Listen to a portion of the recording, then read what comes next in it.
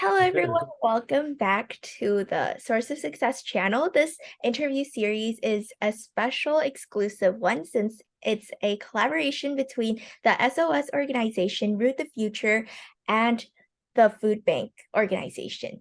So without further ado, please allow us to introduce ourselves.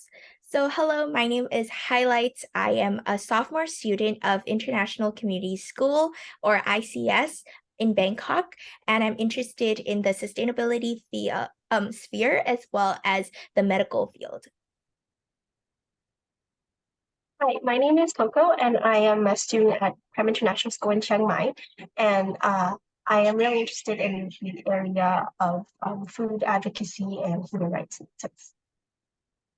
Yeah, so let's get started with our first question, in which will allow you guys to introduce yourselves. So could you please introduce yourselves and give a brief overview of what you've been up to?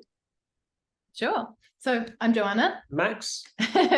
And we founded Root the Future, which is basically we're kind of a community organization, and our main mission is to promote sustainability and sustainable practices and kind of make that as trendy and as exciting as possible.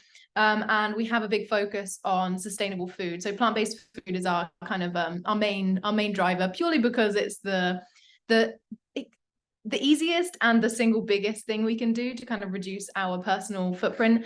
At the same time, it's kind of like passive activism by eating something that's sustainable and good for the planet, because you're not only kind of reducing your impact, but you're also kind of, I guess, spreading the word about how you can reduce your impact so easily. So we do that in multiple different ways. We produce a lot of content, but we try to make it entertaining and as well as educational, but we also do events and campaigns just to sort of raise awareness and advocate about climate change and certain solutions that you can adopt to the easy, some slightly, upgraded solutions that take a little bit more work. We also kind of focus on zero waste as well as plant-based food, but basically anything. And the way that we work is, I mean, our kind of base is content, but the way we think about projects and come up with projects is purely from our perspective, what we feel like we would love to see, or something that we feel like would be awesome.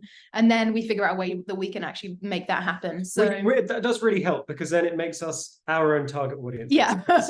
So we just make stuff that we think that is missing for a community of like-minded people, and then we do it. So when you look at kind of Root the Future's history of projects, there's no rhyme or reason to there's no kind of cycle of types of projects that we do. We don't do this one, and this one every year. We basically just do projects that we feel like at that moment in time will be impactful and exciting for the community. So we actually do a very random selection of projects. So yeah, that's really good. Sounds so interesting, actually. Before we move on to our second question, I'd like to ask a follow-up question regarding the passive activism that Root the Future does. So how would you describe passive activism that you do? Yeah. So I think the passive activism can be anything from literally just eating a plant-based meal to running. For example, we have a running club, and we see this running club as a passive activism running club, purely because there is a message on our clothing. That's it. That's all there is. It's not like we're going out to protest. The form of activism there is wearing a shirt with a message that can maybe reach a few people. Maybe someone will see it. Maybe somebody won't think about it the first time, but maybe they'll see us next week at the running club and think, oh, what is this about plant-based food and climate change? What do these two things have to do with each other? So it's not the reason we call it passive is because it's kind of not actively protesting or anything, but it's a very low effort also, but also people can relate to it, to what you're doing. It's you're not pushing anybody away, which is one of the main aggravators that a lot of people see as sort of the normal form of activism, going out on the streets or blockading things. And don't get me wrong, those things definitely have their place, but this is a very you don't get any kind of pushback. It's a very I can't think of the word I'm trying to think it's easily accessible for everybody to join, and it's a lot less aggro. I mean, it's passive, right? It's the passive, word. Yeah. Yeah. So that in our opinion, you know, like eating is a form of passive activism as well, if you can eat sustainable food. And even just talking about that on your social media, or like showing somebody sharing a picture of your food and mentioning that it's plant-based. Like that is passive activism in my opinion as well. The best form of passive activism is voting with your money. Essentially what you're buying, you are supporting. So if you want to support a company that you feel has similar values or morals to yourself, then you buy from that company, or you know, vice versa. You're basically voting for the future that you want to see, the future of the companies that are going to be around in the future, just by what you buy and with your money. Yeah. Wow, that's amazing. Moving on to our second question. It's about whether you could please share your journey on establishing the future of your organization. Sorry, we can't actually hear you very well. Can you repeat that? Yeah, could you please share your journey from establishing the future? Wait, I think still can't. yeah, there's be like a problem with your audio, right? Is there? Are you able to say highlight? Can you hear me? Yeah. That's good. Okay, our second question is whether it would be possible if you could tell us your journey and how you established the future. So, I mean, for us, this started a long time ago, and I think this is how these kind of projects normally start, is with like a personal passion, right? And that's usually how they start. For about 13 years, I've been eating plant-based diet, and slowly over time, like I first switched to a plant-based diet for kind of animal rights reasons and health reasons. And then I slowly learned over the next few years how much of an impact our food has on so many things. And I think when you learn about that kind of stuff, you can't unlearn it, right? So you become very passionate about kind of trying to spread the word and raise awareness, I guess. So yeah, through and then Max and I met. And Max also switched to a plant-based diet. She definitely won me over through my stomach. With just food, showing me it's the the amount way. of delicious food that there is that's plant-based. I mean, like most people, I was very addicted to cheese. So so Joe showing me different alternatives with and she also won me over with logic, I think is quite an important factor. And then so obviously we were personally eating plant-based food, and Max was a video producer by trade, and I was working as a full-time fashion model and musician. And slowly we started working together, and we realized that we only wanted to be working with sustainable fashion brands. We wanted to somehow promote sustainable food at the same time. So we, when we moved to Thailand to begin with, we were primarily shooting sustainable, slow fashion and plant-based food in kind of an editorial way. And the more we were here and the more we were shooting in these locations, the more we realized that there was a kind of a gap in the market for a sustainable source of tourism. And I think actually you started sharing some content on your personal social media, and then people thought, oh, okay, this is quite interesting to know. So when we started with the future and we started sharing, you know, places to eat plant-based food or to shop zero waste, that sort of community grew quite fast because there was a gap there. Nobody seemed to be doing that or sharing that, even though there was already an industry and an infrastructure there. We were just sort of exploring it and sharing our own experiences with everybody, and our community sort of grew pretty fast. And the way that kind of came to fruition to be able to do that full time and kind of do as many projects as possible is we had kind of a chance meeting with a venture capitalist, and he kind of, we actually stalked him online for a very long time. We saw like a TED Talk style talk that he did a few years back, and he's a Thai guy and he's very passionate about sustainability and plant-based food. And we were like, this guy is amazing. We have to have a meeting with him. So we stalked his office for like 3 months. And then he finally gave us a meeting in the lobby of his hotel room after he got off a flight to New York. We had like 3 minutes. And we obviously impressed him with what we said, even though I can't remember because I think we just like, I'm pretty sure we just shouted at him. Actually, I think but he was kind of impressed with our passion. And then he said, I'd like to support you to move forward with kind of spreading the word about plant-based food and sustainability and how that can change the world. So that kind of all happened around the time when COVID started, and it just all seemed to fit into place. Like people were at home on their phones, we're like, this is a great time to be able to share valuable information and kind of entertaining, informative content at the same time. So that's how we started in May 2020. So more than 3 years ago now. Yeah. Wow, thank you so much for sharing your insightful, like inspiring journey with us and establishing an organization aiming towards a sustainable future. So I was just wondering, what are your thoughts on how like influential social media can be in like raising awareness? Because recently, like I think a couple of months ago, I was on the BTS and I also saw the Root the Future advertisement regarding plant-based food and like how this man was eating noodles and then suddenly like an ad just popped up or whatsoever. So I think that social media is very influential. So I'd like you to add on to like your thoughts on this. Yeah. I think social media is definitely a double-edged sword, because it's a bit, I mean, I wouldn't say that we're like influencers, but people who are influencers, individuals have quite a big responsibility Yeah. to be, because I think more so celebrities and influencers rather than organizations like Root the Future have that responsibility, because people really look up to those people and kind of will do whatever they kind of do. So in that sense, it's kind of a double-edged sword, because it can be kind of dangerous depending on what these people are doing, because then everyone will do it. At the same time, if you can find that kind of balance of being a sustainable source of information and also having that big reach, it can be so valuable, and you can reach so many people and also make people feel like they're not alone, because a lot of people do care about like stopping climate change. People do care about climate action, but sometimes, especially when there's so much doom and gloom news, it can feel very overwhelming. It can really feel like you're alone. So in that sense, social media is really valuable for bringing a community together. Yeah, there are so many like-minded people. It's shocking really how many people there are here that share similar values to you and want to want to know, say, where you go to eat or how to improve your personal footprint.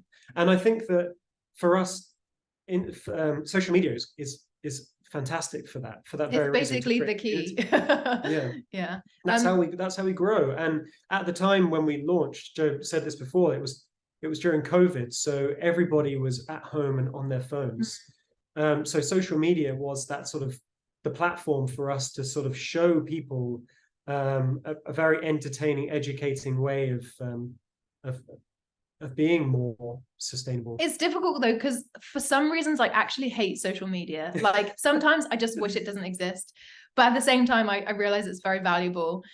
When we started, so we started in May, and in June we just had this very kind of off the cuff idea with our friend who was running a cat adoption cafe to do a small plastic-free sustainability plant-based market. It was very last minute. We had a couple of weeks to plan it. It was really last minute, and by this time we'd only been running for 2 months.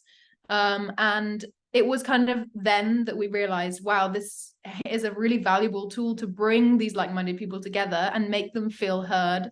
Because yeah, like I said, we've been running for 2 months and we had last minute marketing and you literally couldn't move in there. It was so busy, not very COVID friendly, probably thinking about it now, because it was so busy, but it just made us realize, wow, that this is such a valuable tool to make people feel like they're part of this community. That's the power of social media. Yeah, it's great to see that like social media could garner like-minded individuals together, especially during the pandemic, right? So prior to this, you mentioned how Root the Future focuses on alleviating the climate change through a shift in diet, right? So what are your thoughts on this, like alleviating climate change through a shift in diet? Yeah. So I feel like this is a topic that's been spoken about more recently, but it's still not discussed enough, because what we eat has the biggest impact out of everything. So Oxford University did a study a few years ago, and at the end of the study, one of the quotes they came out with was, switching to a plant-based diet is the single biggest action you can take, which is kind of like I feel like it's a really difficult thing to put those two things together. Like, how is what I'm eating, how does that have any effect on climate change? But the emissions that are related to our food are huge. Food waste as well is like a big one. But yeah, the emissions, the water usage, and the land usage, those three things are kind of not spoken about enough, because when we think about the fact that there are 70 billion animals, farm animals, being farmed for food, yet we still struggle to feed 8 billion people. Like, there's a problem there, because all the food that's going to feed the animals could just be going to humans, you know? So there's a lot lost in the process. When the FAO come out and they do their yearly study on emissions, they sort of break it down into sector of industries, and agriculture is very high on that list. But that's just emissions. That doesn't account for other environmental degradation that sort of animal agriculture and the fishing industry actually causes. So I think that for us, talking about diet in terms of climate change, it's quite difficult because it doesn't seem very tangible. Like you walk around and you look at transport and you can see that they're coughing out, you know, fumes and emissions, and that's visible. tangible. You can see that. But when you're eating a meat burger, you don't see that. You don't see the emissions. You just have endorphins. So yeah, I think the thing, like, that you wouldn't necessarily relate, you know, deforestation with cattle ranching, but actually, in order to grow enough food to feed the amount of animals that we need currently to feed the people eating meat, there's a huge amount of deforestation, and it is the single biggest cause of deforestation, which obviously emits carbon, and it removes wildlife, and it removes trees that can sequester carbon. At the same time, we have overfishing and bottom trawling fishing nets, for example. They release more oxygen just by bringing up the bottom, the ocean floor, and deforesting what's down there. There's more emissions just from fishing than the entire aviation industry. So it's a huge subject that really is not spoken about enough, because we all talk about how, like, you know, electric cars, or wow, there's a new electric airline company, wow, amazing, these kind of zero waste and these kind of emissions reducing initiatives, when actually there's a very uncomplicated solution that should be the first thing we talk about and is not yet. So that's why, yeah, we're very passionate about that. People talk a lot about how plant-based food can be elitist because it can be expensive. But people don't realize that plant-based food has been around for generations as well. I mean, culturally, plant-based food is spread across lots of affordable. I mean, it can be very affordable. What can't be affordable or isn't affordable right now is solar panels on your roof. Yeah, it's a very simple an electric switch. car. Yeah. So plant-based food is definitely a much more affordable, simpler switch that people need to sort of embrace. Yeah. And obviously there are more expensive foods, like, you know, Beyond Meat. I mean, we can't buy that. We don't buy that because it's too expensive. Sometimes it's a nice treat, but when you think about like rice, pulses, beans, fruits and vegetables, they are actually the cheapest foods on the planet. They're the most healthful foods. They're the most sustainable foods. And the best for the climate. It's great for soil. Yeah, it's a win-win. That's very true, actually. So you've mentioned how it's kind of challenging to maybe encourage the people to recognize the interconnectedness between deforestation, for instance, and you mentioned like cattle ranching. So how do you encourage people to recognize the connection between these two major issues?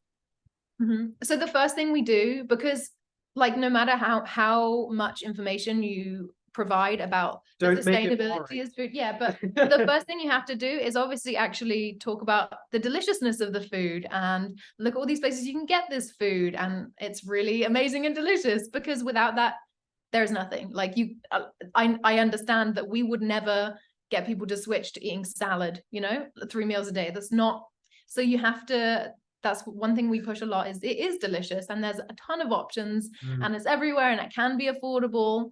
So that's the first thing to tackle, is that kind of misrepresentation about the taste. And then the second is to provide information in a positive way, because I mean, psychologically, as well as also from in our experience, you never want to present the negatives. And also, nobody wants to be told what to do. So all you can do is provide the information, say, this is an amazing option for the climate, it's delicious, rather than, you know, because you never know where anyone is on their journey. Like, we've not been vegan our whole lives. There was a point where we had no idea about this information. You never know where anyone is. So it's important not to judge anyone for any of their choices, because we're all in different places. And also, like, I mean, some people don't have the option to choose anyway.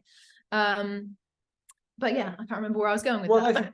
I think what we do is we show how delicious a plant-based burger is, and we say, wow, this taste is incredible, the texture is amazing, it's affordable, it's got price parity. Also, it will help with deforestation. Reduce your emissions by X amount. You will save this amount of water. We also like to produce or talk about statistics. So how much land use we could save, how much deforestation we can save, and by of course, switching to a plant-based diet. Of course, we have to sort of play the social media algorithm by showing how, you know, producing an image with a face, talking about something exciting, and then slipping in a fact, rather than just having an infographic, which people sort of turn off nowadays when they see infographics, because people don't want to just want to see information. I mean, it's boring. Why would you? Yeah. But yeah, at the same time, we like to be dynamic with our projects. So we talk about social media a lot just because it's the base of what we do, but being dynamic with projects. So doing festivals or awards or climate cycle that we did this year, or TV chef series competitions, like, you know, keeping it dynamic. We want people to be excited. So the main thing is to be entertaining, yeah, and keeping it exciting and keeping it relevant as well. Yeah, totally. Your projects are very diverse, from like the giveaways that you do. I think I've seen like a couple, as well as the running projects during the weekends, right? So one of the questions that people may pose when hearing about like the shift in diet may be like, where would you get protein from, right? This may be like a common misconception that a lot of students may have. So would you mind like clarifying on this topic, please?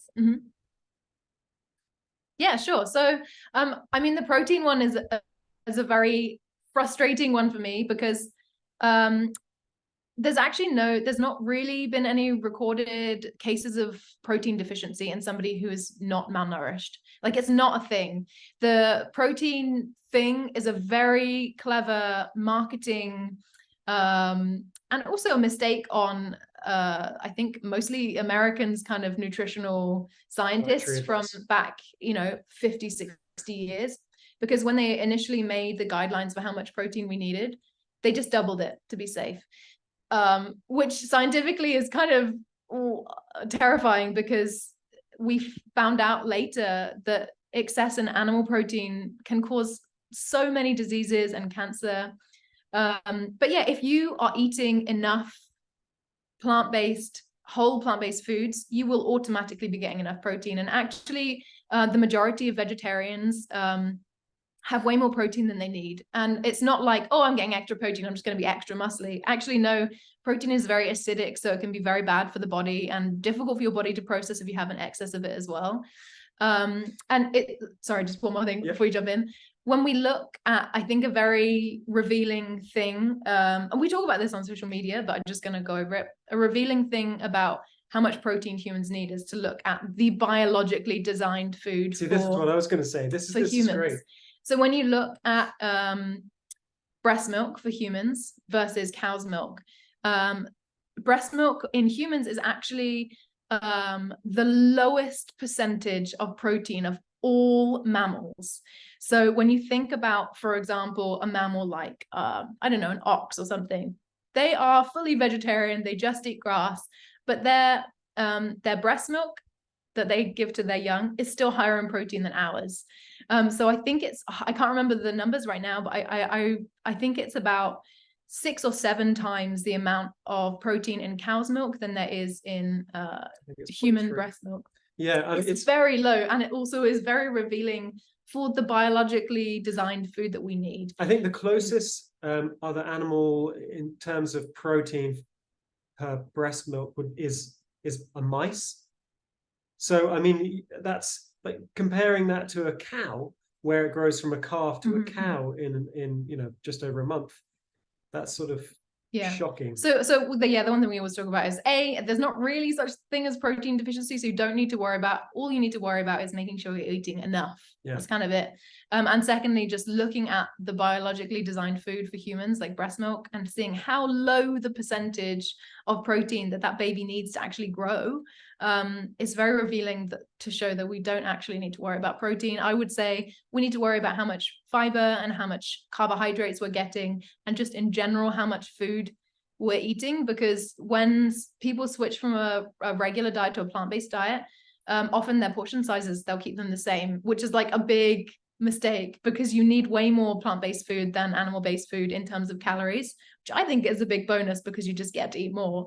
But yeah, you need to increase the portion sizes, otherwise you're just going to be hungry and you're going to think, oh, this plant-based diet is making me really tired, when actually it's just a calorie deficit. You just need to eat a ton more. And with that extra amount of food comes vitamins, minerals, antioxidants. Yeah. Well, like you mentioned, the plant-based diet is like so much better than Excuse me, Coco, can you please like maybe scoot in a little, and yeah, your mic might be, yeah, we can't really hear you. Can you hear me now? Not really. Can you hear me like this? Maybe if we scooch in too. Okay, am I audible right now? A little. That was super informative. That, like you mentioned, how the plant-based diet is sometimes better than the normal diet that we normally have. Why do you think it hasn't been part of so many cultures for like such a long time in duration? Like it's just been recently brought up. Actually, that is also another common misconception, because when we look back in history, plant-based food and like kind of accidentally vegan food is actually a humongous part of history. I mean, even in Thailand, when you look at some of the most traditional kanom, like kanom wan, they're all vegan. Like I say all, like most of them are vegan. And I think it's definitely a common misconception that vegetarianism is a new thing, because actually it's been around for generations, and the amount of meat that we currently eat is definitely a new thing. I feel like it's just the form of that food has evolved into something that's more similar to a normal diet. So now you see, alternatives to meat or sausages. So it's more recognizable. Especially in Asia as well, vegetarianism is such a big part of history. And the blue zones in particular. So the blue zones are the places in the world with kind of the longest living people and the lowest rates of disease. And you find that these zones are actually historically still eating the same food that they've been eating for thousands of years. So there's places in Japan where they eat a lot of rice, ton of tofu, lots of fermented vegetables. Predominantly plant-based. And it's predominantly plant-based. So lots of carbohydrates, lots of antioxidant-rich food, and lots of fermented foods as well. So I think it's definitely a misconception that plant-based diets are new. There's just a new way of eating plants now, I think, that's trying to appeal to those who kind of have a meat-heavy diet. And you know what? It's great. I feel like the new sort of wave of an evolution of plant-based food is great, because people don't want to change. It's very difficult to change people. It's difficult to change people's routines and recipes that they've been making, and their cultural heritage. So if you can provide an ingredient or a type of food product that is just a direct swap to what they know, then that's great. So people who are more worried about their footprint or about what impact they're having on the climate, and they want to reduce that, then it's for a lot of the time, it's for these people. They can take these sort of direct swaps. Oh wow, that's pretty amazing. I was curious that, because you mentioned earlier that you work with so many festivals, like with the J Festival coming up, how do festivals like these like impact organization work, and like what are your overall thoughts on these in general? I think the J Festival is a really interesting model. I think that a lot of the global conversation around plant-based food and how we can incorporate more plant-based foods into global diets, the main kind of pushback is A, it's going to be too expensive, and B, there's no way we can just switch those things. There's just no way. But when you look at the vegetarian festival, it's not just the like the markets that are vegan, but it's also like products in 7-Eleven, or like there's plant-based version of condensed milk that's only available during the vegetarian festival, or these pastries in the supermarket, donuts, like there's menus everywhere that are just suddenly vegan. It shows that actually Thailand already has this very effective model at instantly switching these ingredients to plant-based alternatives, and doing it at price parity as well. So maybe switching out in some bakery, they switch out butter or butter-based margarine for a fully plant-based margarine. And that's actually a very easy switch for them because they know what the ingredients are. And they do it at price parity, like I said before. So it's an interesting model for the rest of the world to look at and be like, okay, maybe we can actually do this. It's doable. It's doable. Yeah. I think it's interesting as well, the terminology that the J Festival is using. Over the past few years, you've seen them roll out, like plant-based. Which was never before. No, I mean, it's all, just mostly J food, but now you're starting to see plant-based and vegan food. So even on the really kind of old school brands like Yuta Vegetarian and J-Tip Foods, who've been around for so long, catering to the J community in Thailand, they're now using these words because they realize they can reach maybe a like younger generation, or that actually maybe there's been a realization that a plant-based diet and a J, like there's a crossover there.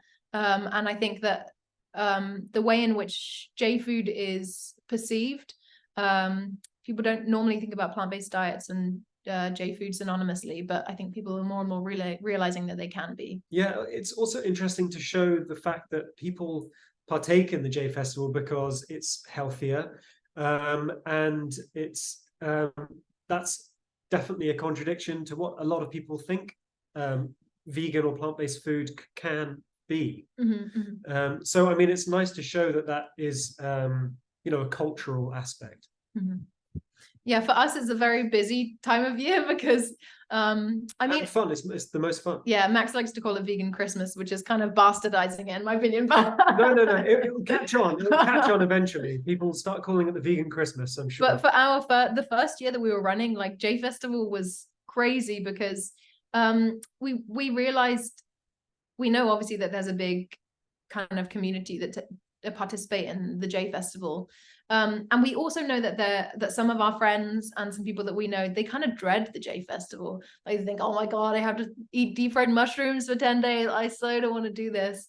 So the first year that we were running, we did the Plant-Based Food Awards, and the end of that was basically this pull-out guide in Bangkok Post for people participating in J Festival.